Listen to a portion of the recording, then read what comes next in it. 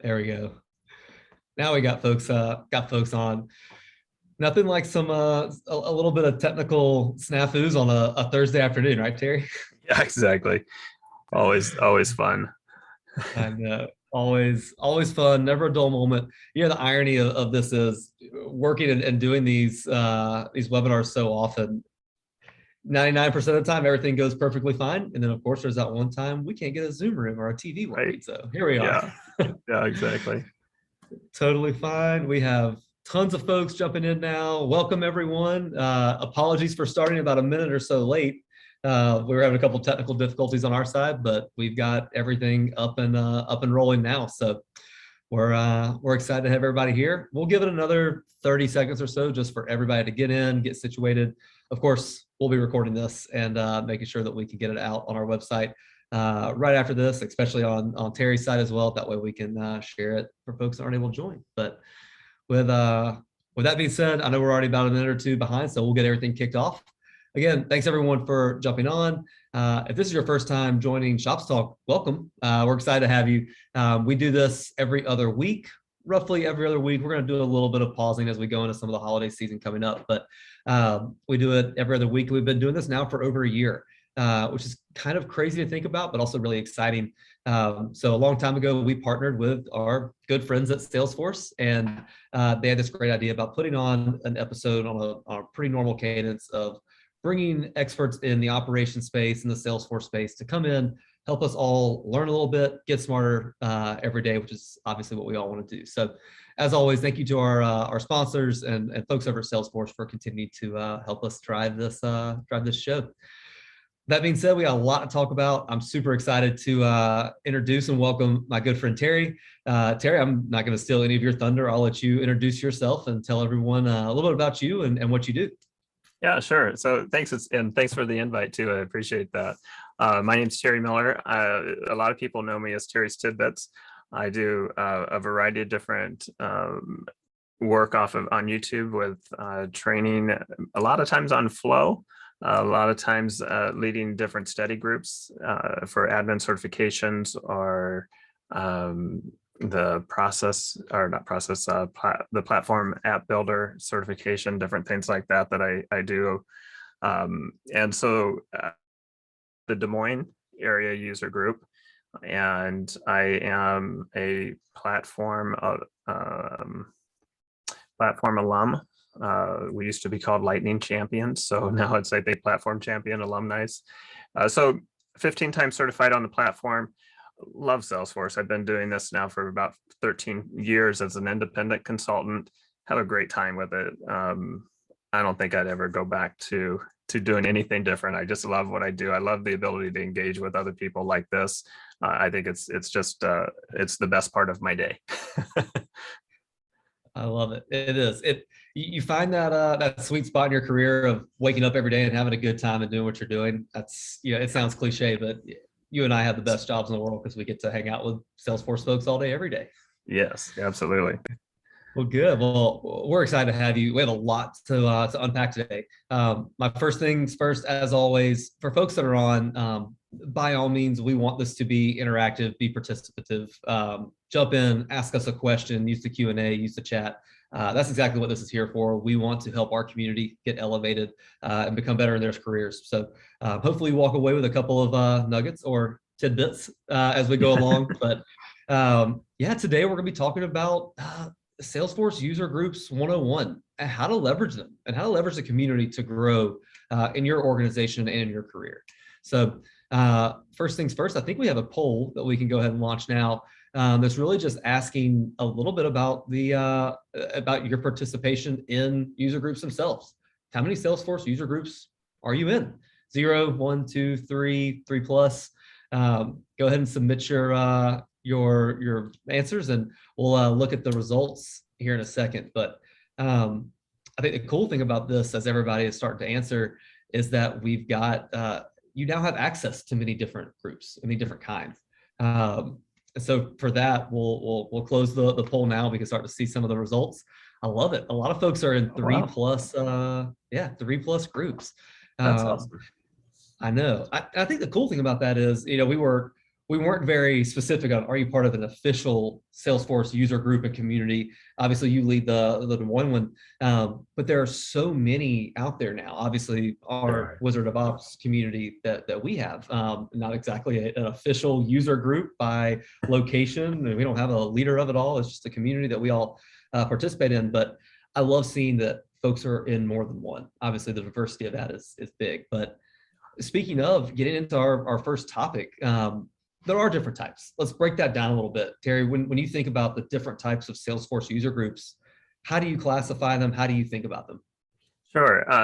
There's what I call it the general user group, but it's kind of the generic one that a lot of areas have moved toward, is just having a general user group that anybody is welcome to. That's the type of user group that I lead as here in Des Moines. But there is a specific one for admin users. There's a specific one for developers. There's industry specific ones that are out there. So example, if you are a marketing cloud person, you can find marketing cloud user groups. You can find even user groups on Tableau. Tableau has user groups. In fact, here in Des Moines, we have a Tableau user group, and I asked their leader to present at our Salesforce user group just to raise awareness. It's like, hey, this resource is out there that you may not be aware of.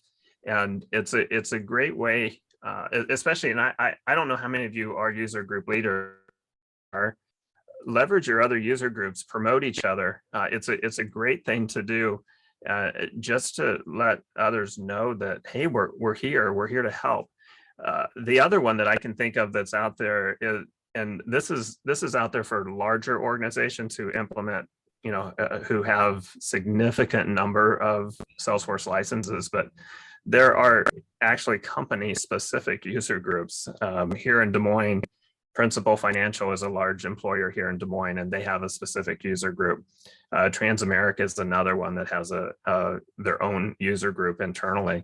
So those are all options. The sky's the limit, really, in some ways with that. Yeah, it really is. And honestly, you start to think of, you can start to go down persona base or skill set base or specialty base, like you were talking about. Even thinking about, we kind of rewind the clock to all of last year. Sadly, we all spent a lot of time inside. We didn't really get to go be in person a lot in some of these groups. But one of the silver linings that came out of 18 months of us being in pandemic and being safe and careful, and the downside not being in person, is a lot of communities came up in that. WizOps, the Wizard of Ops group, the Slack-based community that we run, is still thriving. But we saw more traffic and more involvement and more excitement and more constant communication during that time period, just de facto, because it's one of the only avenues that you get to be around with folks. And so to your point, very much find the right one for you, but take away something here. Find more than the right one for you. Find the right two for you, the right three for you. There's many that you can fit in. Yeah, we've had people, Brad, even join from India, dial into the Des Moines user group. Maybe they don't have one in their local area. So it's like, shoot, let's just join one, find one that you like, and participate. So it's a great option. Yeah, it really is. And I think there's an underlying tone here with all communities that we work with. Communities are so inclusive. These groups, like, we want more people. There's no exclusivity here. Oh, you don't have this certification, you don't get to come hang out. Everybody wants to be part of these, and everybody wants more memberships. Hardest part sometimes is actually finding it. Curious, I'll ask you this: where are your tips for finding the right group? What should you be looking for? What's the best way to get involved? Yeah, so if you're struggling trying to find, well, how do I connect with my local user group, or do I even have one locally? Then the website that you'll want to go to is trailblazercommunitygroups.com. And I think that can be added in there to the chat window or something for folks. But so take a look at that. That is a website that Salesforce has put together for the official user groups, including developers, your admin user groups. All of the official ones will be there, and it is geographic located, so you'll be able to identify where you are, and it will show you the groups that are in your area. To Brad's point earlier, if you don't find one that's close by, join some other one. Find one and participate. It is very much an inclusive group, and we love having folks from outside the area come. It really is. And again, I think there's so many out there. I know it can be overwhelming, but also ask your friends. None of us are in this world, on our own or on an island by ourselves. Like a lot of folks here know these. One of our customers, actually local here to Atlanta, we're hosting here in our office the Atlanta user group, not next week, but next first weekend in November. So we're finally getting back to being safe. We're encouraging everybody to wear masks and be vaccinated, but we're finally getting back into some normalcy of hosting in-person events, which we're excited about doing here. So yeah, absolutely. Yeah. Go ahead, Terry. Sorry. No, I was gonna say, and some user groups are still trying to make that decision as to whether or not they want to go virtual or not. And I polled our group a couple of months ago, and 2/3 of them said they still want to stay virtual. And I thought, wow, I was kind of surprised by it. Here in Iowa, we've been reasonably lucky from a COVID standpoint, but they still wanted to stay remote. And it's like, all right, that's easy for me as a leader, so I'm good with it. Yep. So it's all great, very good. Yeah, it cuts down your travel time just a little bit. That's right. Yeah, for sure. Well, and that's the thing. Obviously, when we're hosting it here, we're going to live stream it as well. So we're going to have, especially the folks that are presenting, they're going to be mic'd up. We're going to have the live stream going. And I think a lot of, like you said, we're all trying to cater to a lot of different folks' comfort levels of getting back into the world. And so most user group leaders, especially yourself, are being flexible in it, still keeping it virtual, and even probably when it's live, it'll still be on air. So yes.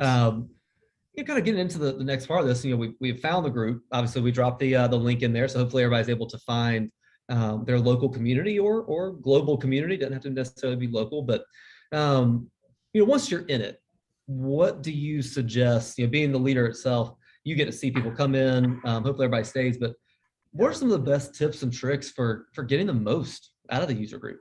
Yeah, and I've got four points on this one. And this, as a user group leader, your participation is what kind of feeds us. It fuels us and gives us the energy to keep doing what we do.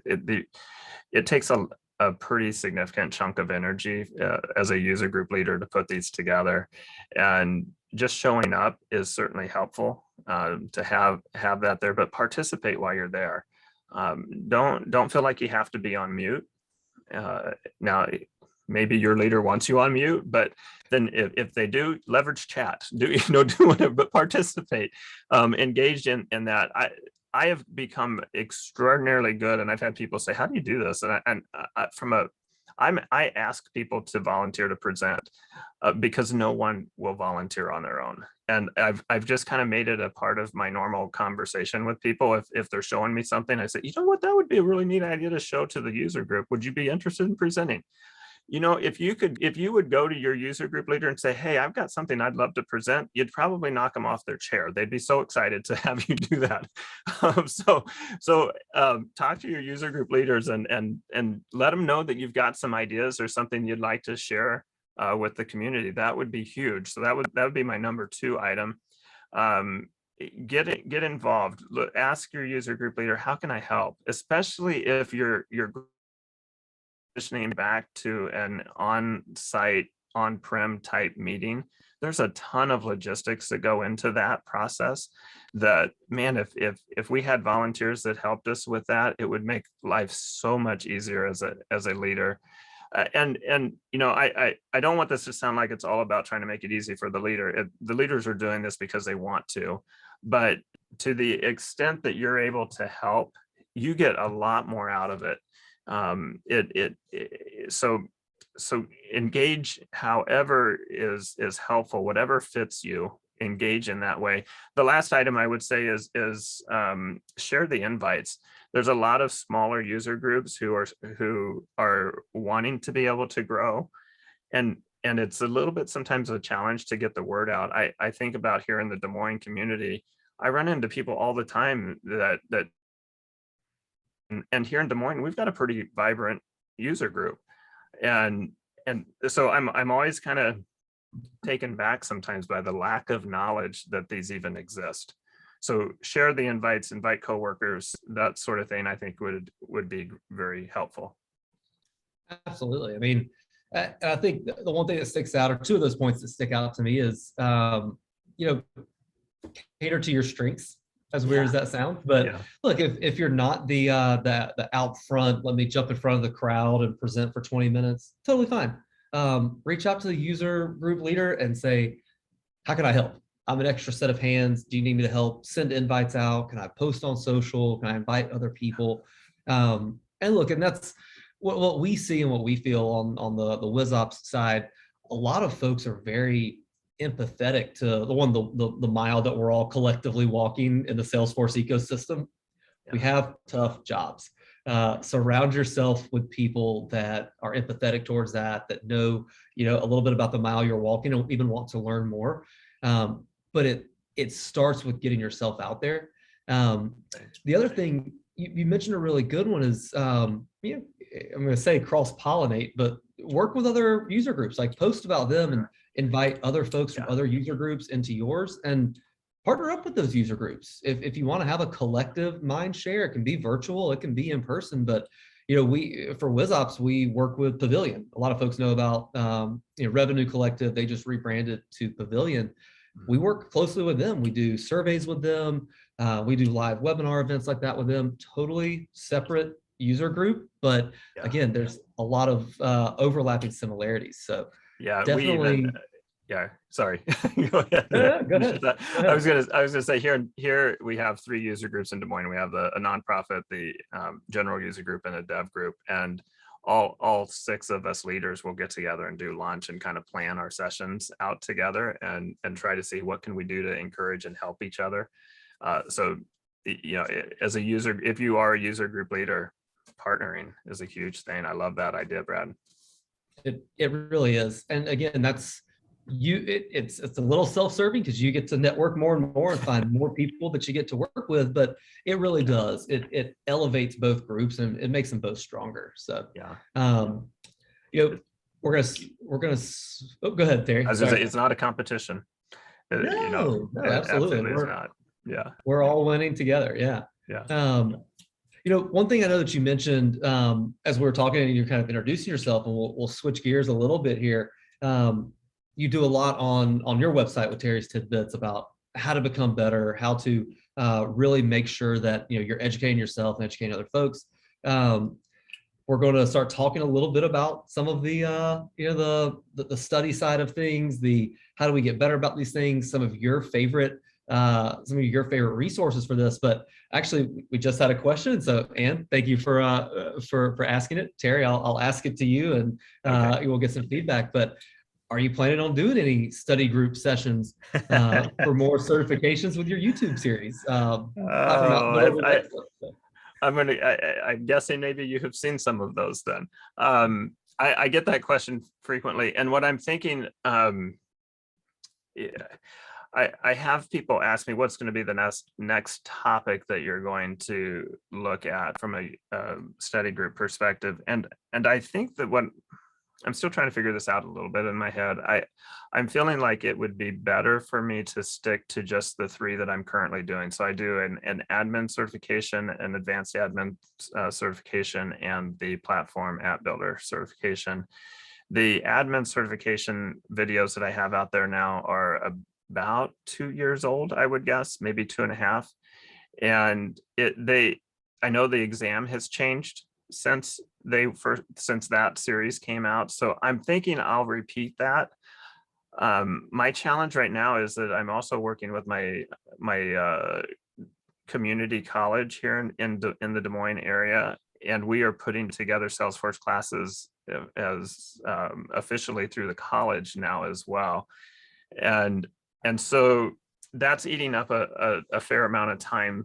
And so I have people ask me, I don't know how you do everything you do. And I don't either. I just do it. And then I ask questions later. But I will probably do another admin study group, probably maybe mid to late first quarter next year is what I'm thinking. That's great. Yeah, I'm sure. I know myself and a lot of folks that we've talked with, that we've crossed paths with, everybody enjoys it, and there's so much value in it. So I'm sure that's probably why the question was asked. That's good. Yeah, when you think of some of the other resources out there, and again, for everyone on, obviously y'all likely know Terry and his website. Please go to terrytidbits.com. When you think of some of your favorite resources, we use your website, we use other local forums and things like that. But what are some of the ones that you suggest as far as resources for educating yourself? Yeah, there's a lot of good options out there, and sometimes it's a matter of finding which one suits your style of learning. Some people like to watch YouTube videos. Some people just can't pull that off. So it's better for them to have the commitment of being in a user group to study. But there obviously we have Trailhead out there, and that's kind of they're kind of a pace setter in some regards. I've never seen any other organization do what Salesforce does from that perspective. I will tell you my personal opinion. There are some pros and cons of Trailhead. I love the fact that it's free. I love the fact that it can give you access to playgrounds that you might not otherwise have. Like, let's say you want to see what the nonprofit success pack looks like. Well, you can find that on Trailhead, spin up a playground and play around with it if you want to. That's an amazing thing in and of itself. What I struggle with Trailhead is that it's sometimes like following a recipe without necessarily telling you what those ingredients are used for and how to apply them in your environment. And but beyond that, that's my only pet peeve with it. And some courses are better at handling that explanation than others. It's a great resource. Certainly, if you're studying for certifications, you need to get involved in those trails and gain the super badges that are out there specific to the certification that you're trying to get. That's just low hanging fruit that if you're not leveraging it, you really ought to be. You really should. I mean, there's not to say the secret sauce is in there, but a lot of the questions that you go through those trails and you get those badges, you will see those questions again in another format, especially if you're going to work for a certification. So, but you bring up a really good point, and again, Trello is a great starting point. The recipe analogy is fantastic because it does give you the recipe, but sometimes you have to know the occasion in which you're cooking for. You can you can have a Thanksgiving recipe, but I don't think you want to make that on 4th of July. So you have to know the audience. You have to know your problem space that you're working in. When you think about some of your favorite just certifications themselves and like the certification trainings and courses, a little bit different than Trailhead. I know before you mentioned a few of your favorites, so I'll let you kind of give some shout outs to folks as well. Yeah, sure. And thank you for mentioning my own channel. That's kind. Of course. I appreciate that, and love new subscribers. That kind of is the fuel to say keep going. So appreciate that. Focus on Force is frankly, it is the standard out there. If you're able to afford to, and it's not that expensive, it's a few dollars really. Focus on Force is by far the Cadillac out there in the industry. So leverage that if you've got the ability to do so. I have a friend that also does a lot of flow training, Andy Eugene, and I never can pronounce his last name, but he runs Salesforce Break, which is also a YouTube channel that's out there. We'll put that link there in the chat for you as well. He's awesome. He and I've done some of these types of streaming events together before. Love the work that he's got out there. If you're trying to learn flow specifically, he's got some great stuff. David Geller from Brainiac, he's an MVP that is pretty widely known. He's got some great training things out there as well. Good resources that way. YouTube has a ton of stuff, and I think it's a platform that Salesforce, those of us who are using it and producing material, it's fairly new, and so I don't think make sure you're querying Salesforce training items on YouTube, because there's just a lot of things out there from some people who are really having a good impact. So take advantage of those items. Absolutely. I mean, as someone who's gone through the certification process, it's not easy. Fortunately, out there's a lot of resources. Like you said, your website, some of the ones you mentioned. We do a lot of partnerships with Ben McCarthy over at salesforceben.com. Salesforce Ben. So good stuff. Yeah, too. He's phenomenal. He's been on the show before, so we just keep getting more and more Salesforce rock stars on the show. So but find those, and again, exercise your communities. Go to your user groups, ask them. There's probably resources that Terry and I might not know about. So use your community and use your user group to help you with that same question. And so I know we're getting sort of close to the top of time. This is always my favorite question. It's the one that we'll wrap up with here. Sure. Because we bring so many folks on from different walks of life in their career. Some are early in their Salesforce and operations world. Some are well more advanced and have been around the block and know a lot. But we always want to be very helpful for the folks across all walks of life on how do we get better at it. And so the way I always like to ask this question, we're gonna fire up the DeLorean. We're gonna go back in time. When you looked at yourself early in your Salesforce career, and now in retrospect, you're looking at yourself now. What advice would you give yourself, and why? Because again, a lot of folks here might be early, might be middle, might be late stage in their career. But what advice would you give yourself, and therefore the folks listening on how to advance their career? Yeah, that's a great question. And it's one I had to kind of get my head wrapped around a little bit. And for me, don't be afraid to just be you. There's literally no one else out there who can be a better you than you.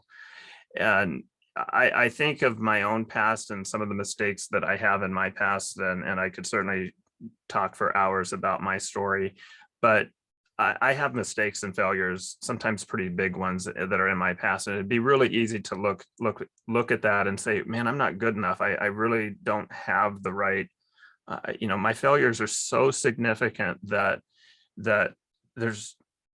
it's not appropriate for me to be out there helping other people and sharing my advice. And that's such a lie.